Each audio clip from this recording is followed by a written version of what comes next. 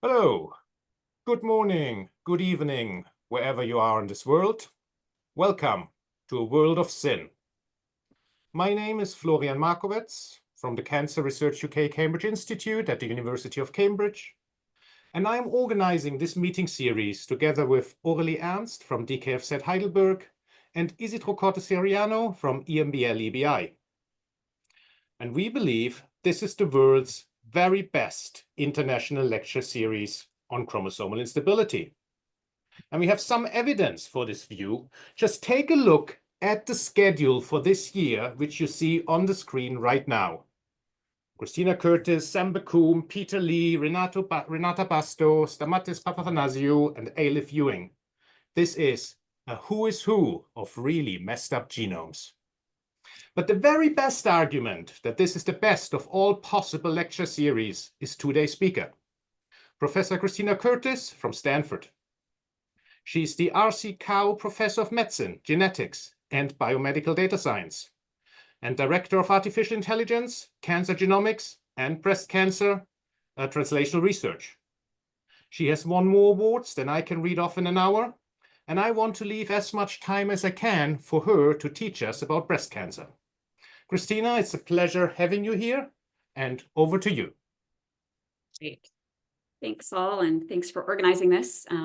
Sin is near and dear to my heart and many of yours, so hopefully we can talk about some new insights and save some time for questions at the end.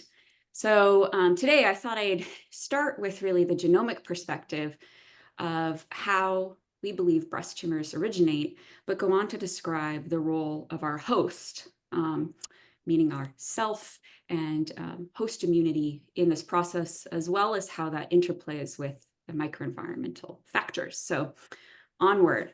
I think, it's important as we think about these challenges to put them in the context of precision oncology. And I like to show this flywheel, which I think represents really the fact that every aspect of our learnings about disease can inform other stages.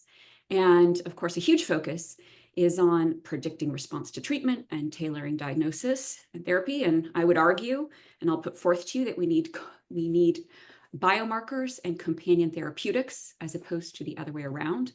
A huge goal of the field is, of course, to minimize toxicity while also maximizing efficacy. And clearly we know that tumors evolve and that we have to anticipate resistance. But this is just one very important part of this flywheel. And I would argue that what we learn in early stage disease can also inform how we go back in time and think about risk prediction and stratification. Up until recently, and arguably still, we have a fairly limited understanding of pre-malignancy, and that's in part because we have not spent the time performing detailed characterization until recently. There's obviously a huge challenge here in that many tumor types lack robust screening. We need to have improved biomarkers that stratify this risk. And ultimately, if we want to think about earlier interventions, that intervention has to be tailored to risk. And so I hope I'll show you how we can start by learning over here and maybe move some of this information back towards interception. So another just global perspective here is that, of course, there have been numerous success stories in precision oncology, but perhaps one of the best is the HER2 amplification, which is both a biomarker and a therapeutic target. We know the success story began back with the identification of this oncogene. It's led to the approval of many therapeutics, not only for breast, but for lung and gastroesophageal cancers. And part of the reason this was possible is because we had a way to detect via shades of brown, i.e. immunohistochemistry, or fluorescent in situ hybridization, looking at speckles of amplified DNA, we could identify patients who were HER2 positive. And of course, this accounts for some 10 to 15% of breast cancers and has led to the use of this as a diagnostic for treatment selection. But arguably, we've had relatively few success stories targeting other amplified oncogenes. And, it's a question as to whether the success story can be replicated and why hasn't it been?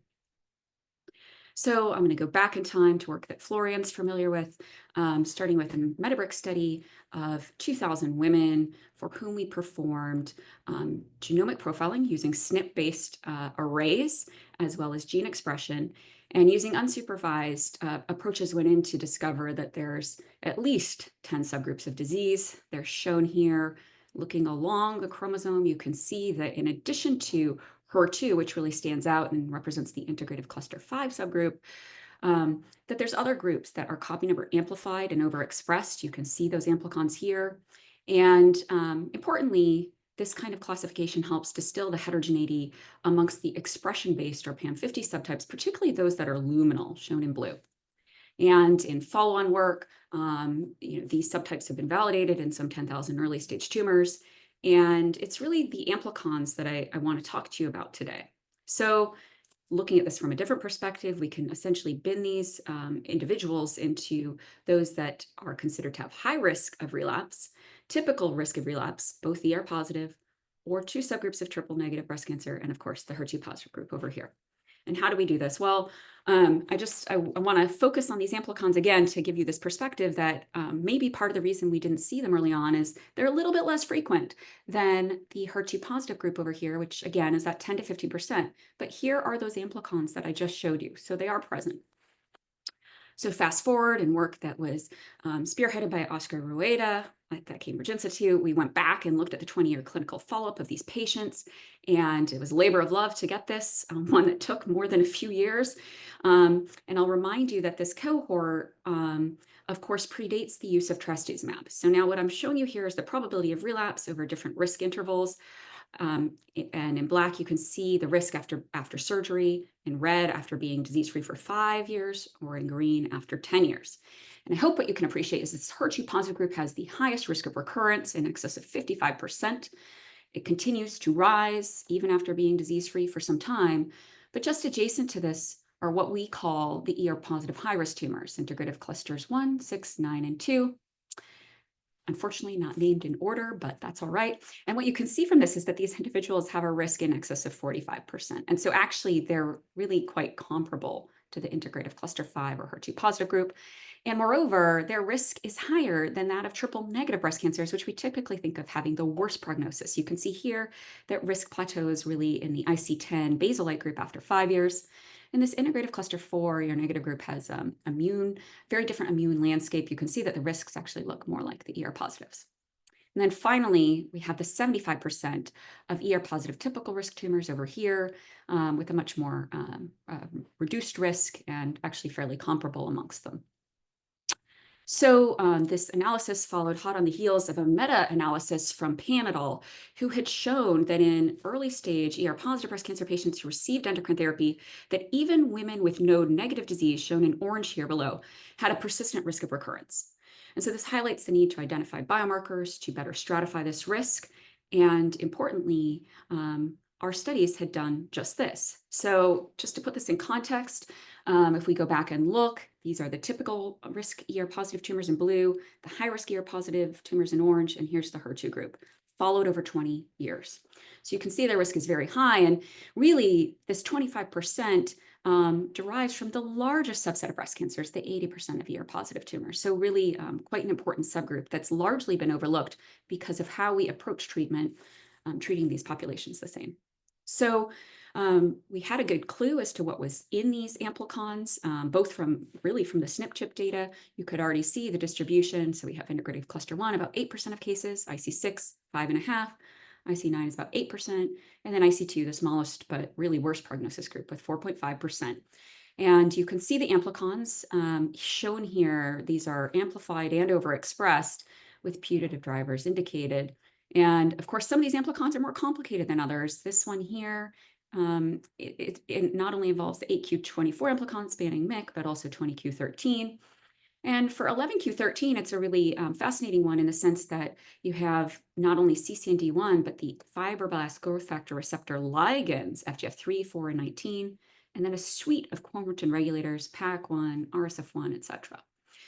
So these amplicons are complex, but what's important is that each of them impact known cancer signaling pathways. And in fact, these pathways have been associated with intrinsic endocrine resistance. So important indeed. And in work from others, it's now been shown that these amplicons are in fact enriched in patients with that are under the age of 40, premenopausal women with very aggressive disease. So they are bad-acting subgroups. Now, this led us some years ago to embark on a biomarker stratified clinical trial called Terpsichore. We stratify patients up front, we sequence them in about 9 days, and we assign them into these subgroups using robust algorithms that are really set up for clinical sequencing and from FFP samples. And we go on to assign them to therapy. They either get targeted therapy plus endocrine therapy or endocrine therapy alone. And so, this is a real feat to be able to do this, to stratify up front, and it takes a sizable number of patients. And the goal of the study is really to look at new therapeutic options for these high-risk populations in a window setting. Now, I'm not going to spend much more time on that, but to say that, of course, accompanying this, we've also built out platforms to be able to look at response to therapy in patient-derived organoids. We call these avatars because we really don't have representation in traditional cell lines. And with this kind of approach, we can also correlate with patient samples.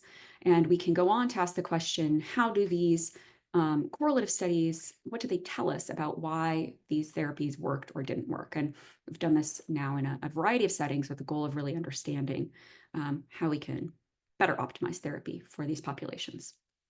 But many questions remained that were really not satisfied by the data that we had. And this includes the longstanding question of how the integrative subtypes distribute across disease stage, what the underlying mutational processes are, as well as how the tumor immune microenvironment varies.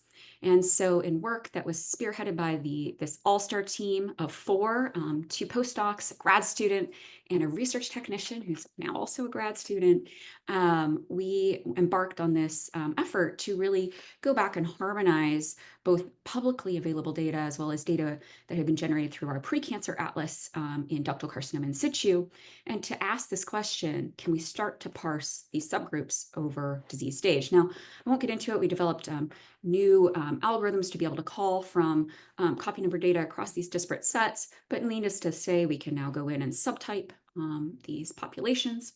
And our goal, now that we finally have whole genome sequencing data, is to call single nucleotide variants, copy number aberrations, of course, and structural variants, as well as complex amplifications.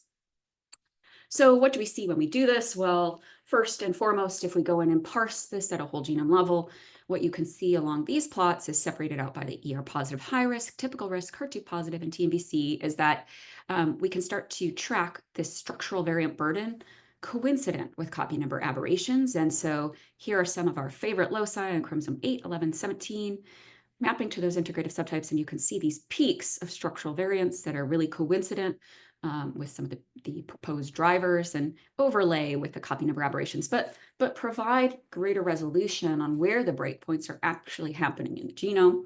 Of course, we can see that the high-risk groups have more such events than the typical risk groups. They're actually much more similar to the HER2 positive group. And then down here below, we have the triple negative subgroups, triple negative breast cancer subgroups, which are genome-wide instability, often propagated by p53 loss. So these are just mapping some of the other amplicons. Now you can see them.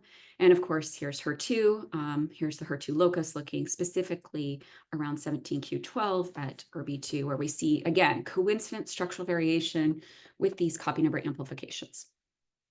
So if we were to summarize these data, what we'd say is that, well, we can map the specific amplification events in the high risk groups. We see an overall lower burden in the typical risk groups. Again, HER2 has these focal alterations in the HER2 locus, and then more genome-wide non-specific events. So while there are different oncogenic drivers within some of these groups, we can broadly categorize them in this manner. And this led us to then ask, well, finally, we can go back and look in the metastatic setting at large enough scale. And in a set of unpaired samples comparing the primaries to the mets, what you can see is that overall that genomic landscape is fairly well conserved. Now, that's not to say that there aren't new structural variants when we look at the subset of paired samples, but overall, these alterations have fixed. They are likely clonal, as we'll go on to talk about, and they are maintained over time and persistent, suggesting really that there is oncogene addiction. So this is all fine and well. We've learned something about the landscape, but what we really wanted to do was to say, well, had we this data before, had we looked at genome resolution, would we have learned the same patterns? What would we learn differently? So what we did was then to ask if we were to perform an unsupervised integration of both copy number and structural variant signatures, and to do so in a unified feature space, what would we learn? So here we're taking the 21 cosmic copy number signatures. We're taking de novo discovery of SV signatures, and you can see patterns broken down here. There's examples of chromothripsis associated amplification and so forth. If we were to take these patterns and combine them, and now map each of the tumors into principal component space, what would we learn about their distribution? So this is an individual tumor shown in black. And what we can do is also then to look at the extremes of those profiles and see where tumors map in sort of this PC space. And if we were to project this now into a ternary plot, what we observe is that there's really 3 dominant genomic archetypes. So how do they map? Well, it turns out that if we project in this manner, we can really see that there's 3 broad groupings. Here's the triple negative breast cancer enriched group shown in purple, the IC10s and IC4 ER negatives. The typical risk ER positive tumors map up here in light blue. And over here in this bottom of the triangle, we really see overlap between the ER positive high risk and the HER2 positive enriched, suggesting that perhaps they have shared mutational processes that give rise to these focally amplified tumors. So this is sort of intriguing because, of course, we treat these tumors very differently, classify them very differently. So to summarize this, what we're seeing is we have the typical risk diploid quiet genomes. There's an increase as we look along this ternary plot, actually in terms of the risk of relapse, where we see focal amplifications and SVs in the ER positive high risk and HER2 positive group. Then there's an enrichment in whole genome doubling as we go to the genome and stable tumors, but this really is a continuum. So this isn't to say that these tumors don't exhibit whole genome doubling. A subset of them do, and they map closer to those that are TNBC-like. Moreover, these tumors that are high risk have lower levels of estrogen receptor signaling compared to their typical risk counterparts. And finally, we have the TNBC group. So this gives us a way to start to think about mapping this landscape. Now, another thing we learned through this process is that if we go back and we imperfectly attempt to call extrachromosomal DNA from sequence data, what we can find is that there is strong support for evidence that at least a subset of these tumors exhibit cyclic amplifications. And so you can see the breakdown here, first looking at the ER positive high risk versus typical risk tumors and comparing primaries versus metastatic lesions. And I hope you can appreciate that, in fact, there's this enrichment with about 60% of the high risk cases exhibiting cyclic events and about 70% of HER2s, which is consistent with other recent reports. So really, this is an enrichment that we see above and beyond the typical risk tumors, and certainly more than even the triple negative tumors. So these events are present. And if we ask how they're present, what we can see is that, in fact, if we break down the nature of oncogenes that are seen, we see an enrichment for integrative subtype specific oncogenes in each of these amplicons. So the ER positive high risk ones are predominantly enriched for IC-specific oncogenes that are thought to drive those tumors. There are other alternate oncogenes present. Some of them actually don't have any oncogenes present in the predicted ecDNA, so that's another feature, but the majority of them do. And certainly for HER2, it's quite comparable. These are largely mapping onto the 17q12 locus. So we're seeing an enrichment for those events within circularized ecDNAs. Now, we can also go back and ask, well, when do these events happen?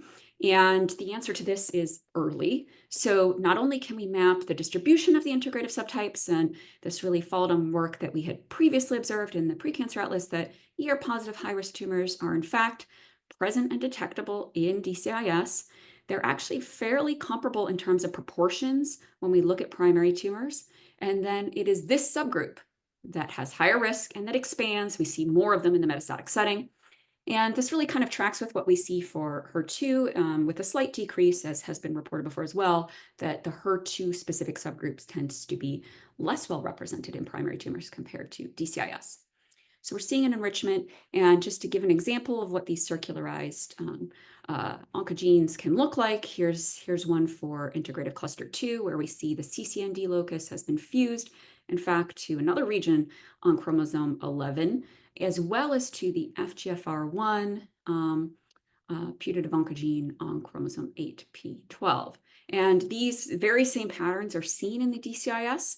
They're also analogous to what we have reported previously in CRISPR-Cas9 edited p53 deficient gastric organoids, where we've seen the formation of the very same alterations and specific SV patterns such as RIGMA seen in the established cancers. And certainly ecDNAs have also been reported in other pre-malignant conditions, namely Barrett's. So these hallmarks can be seen before you have an invasive cancer. And the question we really had was then, how do they get there? And so to ask that question, we went back and said, all right, there have been various models proposed by which ER can be involved in inducing translocations, although the specific mechanisms really aren't known. It has been thought that perhaps estrogen receptor-induced translocations can result in double-strand breaks. These give rise to dicentric chromosomes during mitosis that form bridges, and you can give rise then to the genesis of an extra chromosomal DNA. So that's one line of thought here. There's also been some evidence that estrogen receptor can in fact recruit ApoBec3B, and this can promote now double-stranded breaks at estrogen receptor binding sites.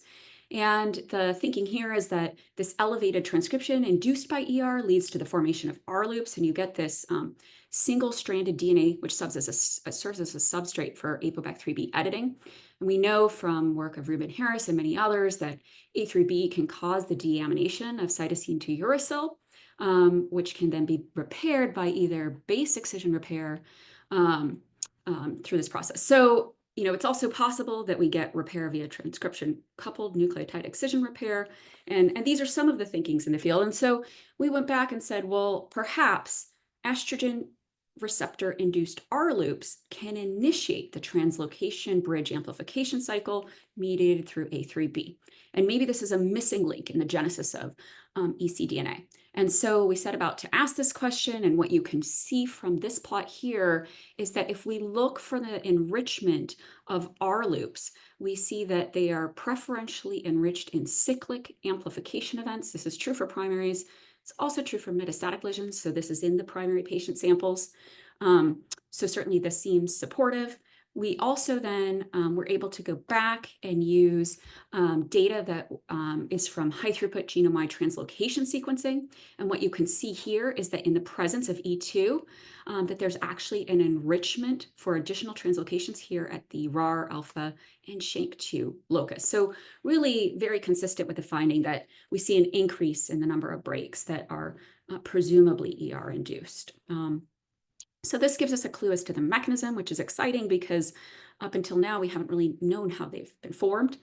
But I want to come back and say that, you know, there's many other things we can learn from these sequencing data. There's many other things we can learn from looking at structural variant signatures and copy number signatures in an unbiased fashion. One of them is that if we come back to our ternary plot, what you can see is that there's a subset of tumors that are ER negative, shown in black, that have homologous recombination deficiency-like patterns. They track along here. There's also, though, a subset of ER-positive HRD-like tumors, and they are shown here in pink. And they tend, interestingly, to cluster a bit more, no doubt, because of this HRD-like pattern with the TNBC tumors as opposed to sort of classic high-risk amplified tumors. And in fact, this is not a trivial number of samples. It's some 13% of ER-positive high-risk tumors. And we can see from this plot that, you know, this is asking the enrichment with the TNBC-enriched archetype. Why do they map over there?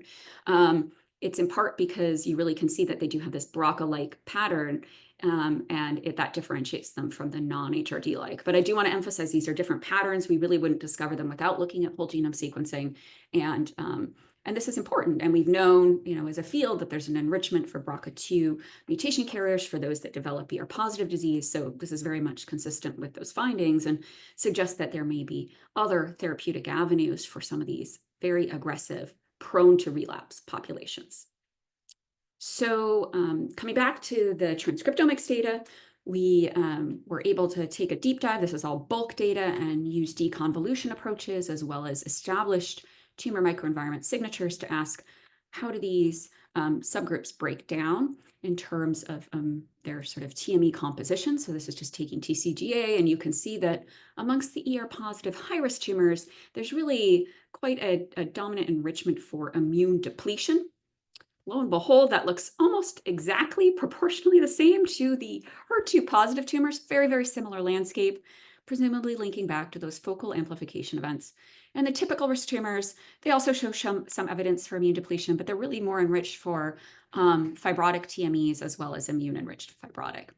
And then we have the TNBCs down here, which differ, as I told you before, in immune composition. We've known that for a very long time, just looking even at the H&Es. And what you can see here is that there's a predominance of the immune-enriched phenotype in the classic IC10 basal-like tumors, a little bit less so, more immune sort of fibrotic in the IC4 ER-negative tumors. So we see different TMEs, and these TMEs then actually map back onto the archetypes that I had described to you. And so we can now sort of look at this map with an additional lens, which is to say that we have the fibrotic tumors up here, immune enriched and depleted. And just again to stress that this ternary plot is really a helpful representation because this is a continuum of different factors that are contributing to these tumor types and that are associated with differential risk of relapse. So we can take this a step further and also ask, how do tumor intrinsic factors actually modulate the immune microenvironment?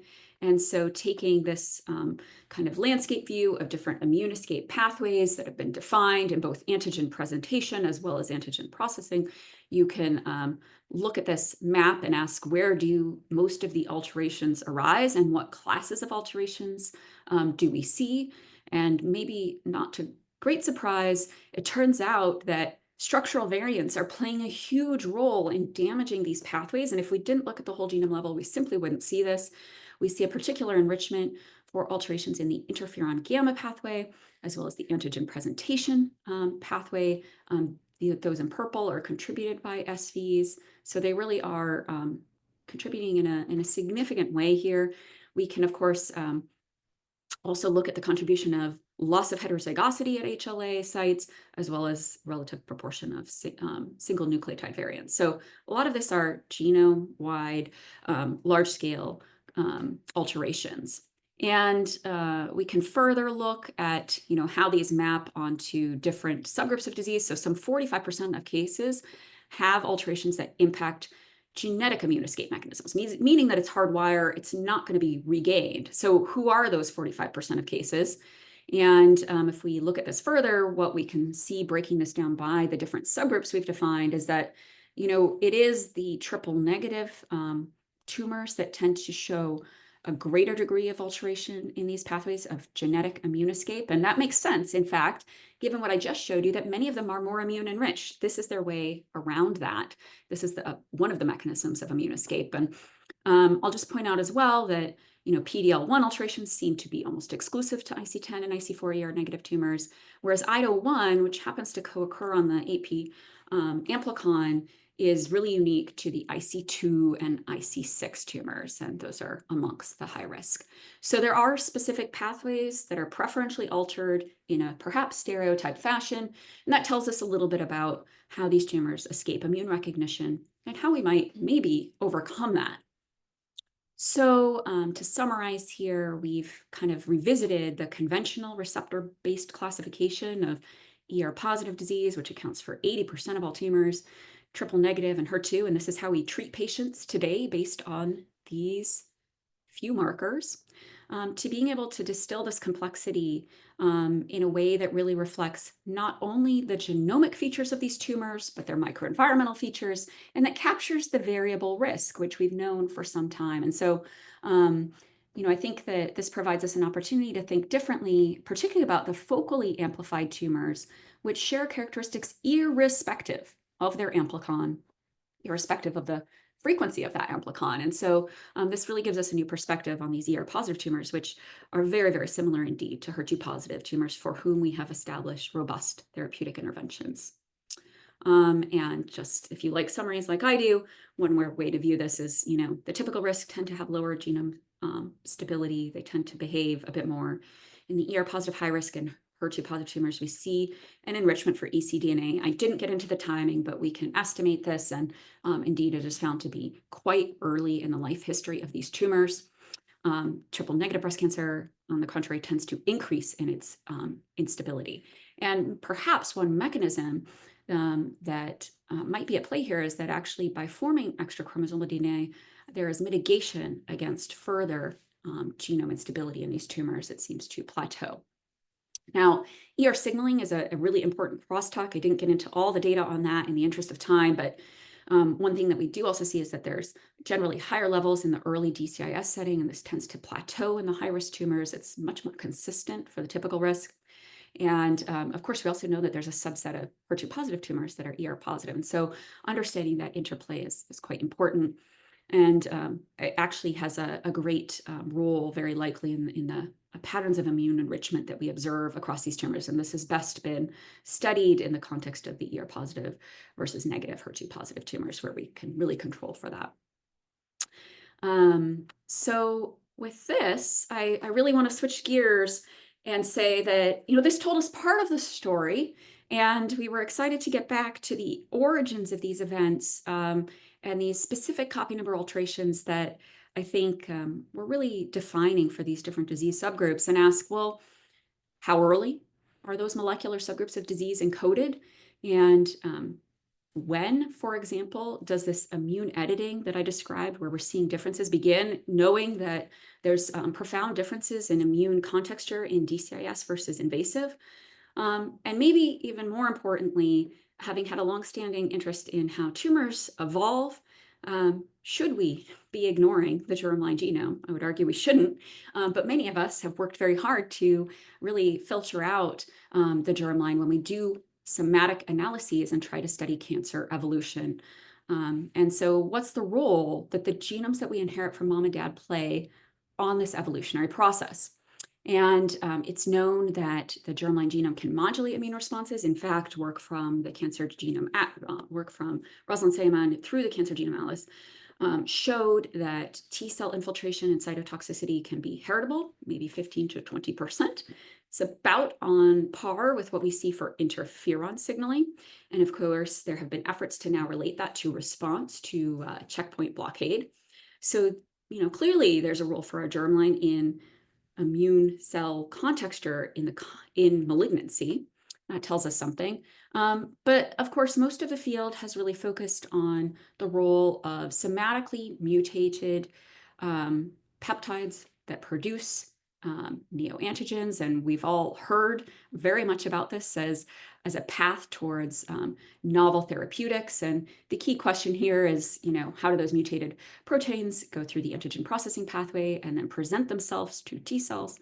And the thinking here is that if they're mutated, that there's a greater likelihood that these are going to be perceived as being foreign to the host, and that they may be very immunogenic and potently elicit an immune response. So this is the context of neoantigens, which I'm sure you've all heard plenty about. But it's the case that really self-peptides have generally been overlooked. Not entirely, of course, we have the testes-associated antigens and whatnot, but there's been sort of a thinking that perhaps many of these self-peptides are eliminated due to central tolerance, and so they won't be able to elicit a potent immune response. But there's really abundant data that there's many ways that these antigens can escape tolerance. One of them is just that they can be post-translationally modified or glycosylated, which is quite frequent, especially for oncogenes. It's also the case that, much of the field has focused on strong binders that really very well likely would be eliminated, but what about the weaker binders? And so in work that was led by Katie Houlihan, a superstar postdoc, now faculty member, she had a hypothesis that perhaps germline epitope burden, meaning the level of epitopes that could be presented by our germline, our inherited genomes, would select against amplification of those specific oncogenes. And this is sort of a different way of thinking about this biology. So let's summarize it with a simple schematic. Here, you can envision that before malignant transformation, so maybe in the pre-invasive setting or before, that you have gene X, and I'm going to call it HER2 because everybody knows what HER2 is, and we're going to talk more about that. And imagine that you're individual A, and you are wild type for this locus. Now, you're going to produce a HER2 protein. You have a given HLA that you also inherited from mom and dad, and you are able to produce 2 epitopes from your germline from the HER2 locus. But now imagine that this locus undergoes somatic amplification, like we see often in DCIS. So now we've suddenly got 3 copies of that locus, and you have a total of 6 epitopes derived from HER2 after amplification. Okay. But now let's take individual B, and they have a SNP at this locus. They have an A allele. And when this undergoes translation, they end up being able to present a total of 3 epitopes from their germline. So this locus is now going to be amplified, just as it was before, and you get a total of 9 copies. And finally, individual C has this G-SNP, and they present a lonely singular epitope from this sequence. So now imagine that in this pre-malignant setting, the likelihood of presenting those epitopes on your cell surface will vary. So those that present at a moderate or a high level are more likely to be immune surveilled and eradicated. Perhaps the tumor never even forms, whereas those that have a low level for those particular epitopes might evade recognition and go on to form a tumor. Okay, so hopefully that provides context here, but you might still be thinking, this is a crazy idea. Why would you even ponder this, and how would you possibly go about testing it?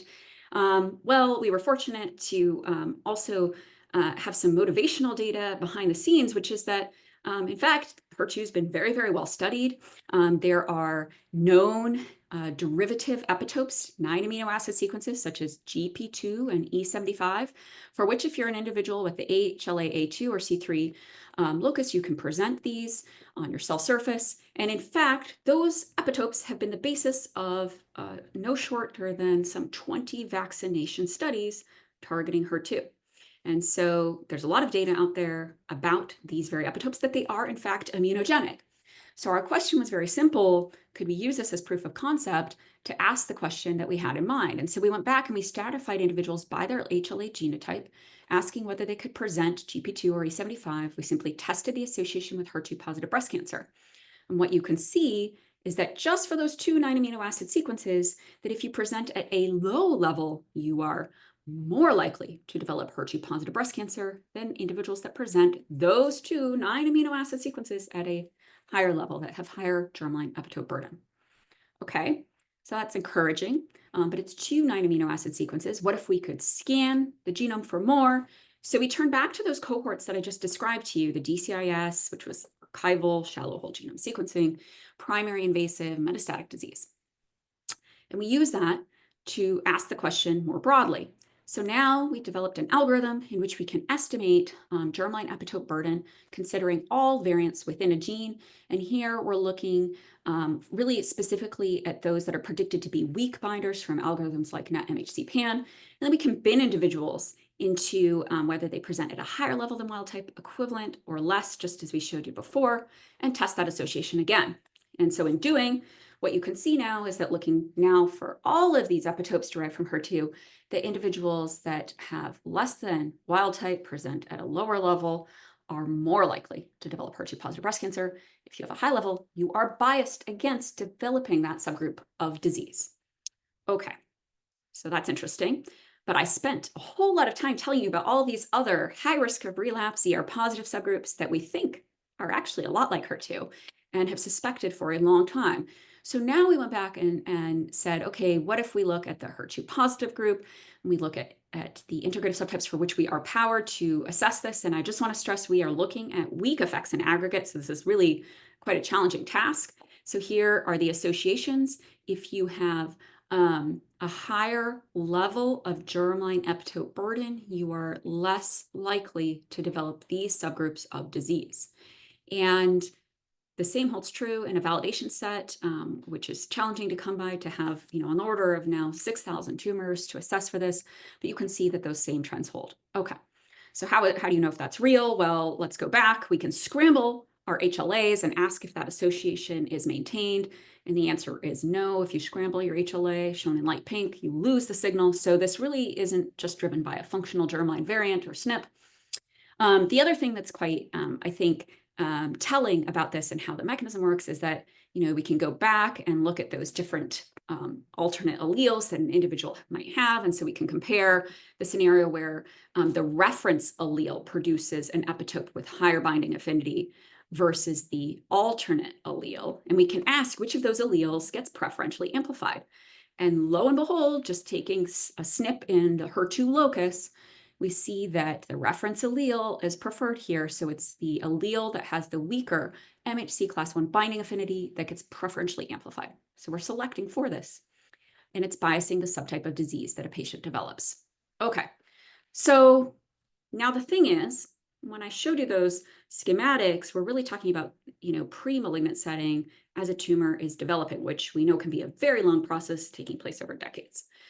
But not all tumors go through immunoediting, and this immunoediting can be incomplete. So the prediction would be that primary tumors that have a high germline epitope burden that manage to develop irrespective of this high degree of epitopes that are presented are going to actually have a poorer prognosis. And so we can test this. We went back to the Metabrit cohort because we have long-term follow-up, and we simply ask, what's the association with outcome? And here you can see it for the HER2 positive group and for the ER positive, already high-risk group. We see a clear separation here for HER2. This is amongst the high-risk groups, so getting any further stratification is a challenge, but we see that it actually does separate, and here we're truncating, right, at 5 years, whereas many of those recurrences we know actually happen later. We think that epitope burden is an early effect. So if we actually then go back and compare the performance of models based on integrative subtype alone or adding in germline epitope burden, we see we actually get a boost in terms of the C index. So this does seem to add prognostic value. But let's think more about this. What happens to these ER positive and HER2 positive tumors that have high GEB? What's the outcome for them? Well, you might predict that they become more myeloid predominant and immune suppressed. So we simply tested this association. And what you can see here is that indeed, individuals that go on to develop a tumor that have high germline epitope burden are more myeloid enriched. And in follow-on work, we've now done single-cell spatial transcriptomics, proteomics of many, many hundreds of cases. And what we can see is, in fact, an enrichment for these tumor-associated macrophages that are immune suppressive, specifically in the high-risk tumors. So they're there. So this seems to be the way that these tumors undergo immune escape. And it's different, indeed, than what I told you before about the triple-negative tumors, where there's genetic immune escape mechanisms at play. Okay, so you would then predict that, in fact, metastatic tumors are going to actually do worse as well. And this is indeed the case. What we see is that tumors that are metastatic actually and have high GB are enriched amongst those that metastasize. These are the bad actors. They go on to form aggressive tumors that relapse. But I want to come back to the very beginning, because what I said before is that perhaps this immunoediting is most operative early. And so if we turn back to our more limited cohort of pre-invasive ductal carcinoma in situ, what do we see? So now we can ask the very same question, which is, if we take individuals that have high GEB, we would actually predict that they have lower risk of progression to invasive breast cancer, because those high levels of epitopes are going to result in immune surveillance and eradication. And so we tested this association, and this is exactly what we observe, albeit in a small cohort, that if you have high GEB, you are less likely to develop an invasive breast cancer recurrence. Okay, so what this means is that immunoediting is a dynamic process. In the pre-invasive setting, we see that high GEB is actually protective against the development of invasive breast cancer. But then there's a switch, and the tumor undergoes immune suppression very likely during this transition. And in fact, immunoediting is incomplete. And so the tumors that go on to form and have high GEB actually have worse prognosis. These are the bad acting tumors. And now we have a good clue as to how they get around the immune system. So as summarized in this nice perspective piece accompanying our paper, there's a, a way to think about this where you have cells that have high germline epitope burden. They're competing, of course, with cells with relatively lower germline epitope burden. And it is a war of clones, but it's not just a war of clones between the tumor cells. In fact, the immune cells are coming in and hopefully eliminating these nascent tumors before they've even become clinically detectable. And so we can imagine enrichment of NK and CD8 positive T cells that are just doing their job in eradicating these cells. And of course, they may well more likely be able to recognize those that have a high level of epitopes. And instead, the other ones could grow out. And so we know that there's this state of potential equilibrium or coexistence of tumor and immune cells that is ongoing, a dynamic war of clones that we have as of yet had a hard time measuring. And so eventually there's a shift and we see immune escape. And this is obviously what we're observing in these more established tumors. So the question really is, how can we push back the clock and move towards a state of elimination? And what is it that we need to understand about these mechanisms of immune escape that would allow us to do so? So to summarize, we find evidence that there is interplay between the immune system, the host, and how a tumor is both developed as well as its future outcome, its fate. We see that high germline epitope burden in specific oncogenes is associated with reduced likelihood of addiction to that oncogene during tumorigenesis. And so this process, in terms of our hereditary genomes, actually biases the subtype of disease we might develop. We see that germline epitope burden is prognostic, and we might imagine that it actually helps to explain the missing heritability of malignancy. And this is quite important, of course, because while there have been well-known, highly penetrant genes that influence our risk of cancer, beyond this, it's really been a black box. And so perhaps our immune systems are dynamically sculpting this fate. Importantly, we also see that germline epitope burden defines a new set of clonal tumor-associated antigens, and one can think about strategies for interception on that basis. And I would just say for me, this also brings some of our science full circle in that we had long ago proposed that some tumors are born to be bad, that their early genomic alterations sculpt their subsequent trajectories. And this was work starting in colon, but this suggests that, this fate is dictated even earlier by the genes and genomes we inherit at birth. So I'll just round this out by saying clearly we need biomarkers to guide risk stratification and treatment decision-making. And this is in fact true throughout the entire disease continuum. We see that germline factors influence tumor evolution, the molecular subtype of disease a patient will develop, as well as its clinical outcome. And I think there's abundant opportunities to think hard about opportunities for risk stratification, to develop better predictive models, and ultimately to intercept malignancy, because we know that treating these aggressive chromosomally unstable tumors is very hard. And what I don't have time to get into is that we also must think how these discoveries translate to more diverse populations in terms of subtype representation, and certainly as we begin to look into immune effects and the role of HLA. And this, of course, requires very specific cohorts that, frankly, haven't been represented in most of the genomic studies to date. And I think this is an important area and future direction. And I'll just close by thanking the many people in my lab. You've seen their pictures along the way, the folks who led this work. It really wouldn't have been possible without this all-star team. It's been so much fun to get to work with them. We've had brilliant collaborators in many other aspects of our studies, and of course, have had the privilege of working with patient advocates, and would not be possible without our funding bodies. So I'll stop, and I'm very happy to take questions. Thanks a lot, Christina, for this amazing talk. Thanks for sharing these great stories. I see that there are already many questions. Piers, for instance, has a question. I can just, yeah, you can activate your microphone. Can I ask? Thank you so much for an interesting study. One of the things that strikes me the most is this classification that you have shown about these IC integrative clusters. Here at the brain tumor, we use methylation as a classification, and that has seemed to be very, I would say, intuitive when we look at the disease type and the risk and so on. Have you also, or have someone else looked at methylation classification of breast cancers, and have they seen it to be a better indicator of treatment response and tumor biology? Yeah, it's a great question. There has indeed been methylation profiling of these subgroups of disease and work led by those in Cambridge. And I think it tells you something additional potentially about the molecular and epigenetic features that are driving malignancy.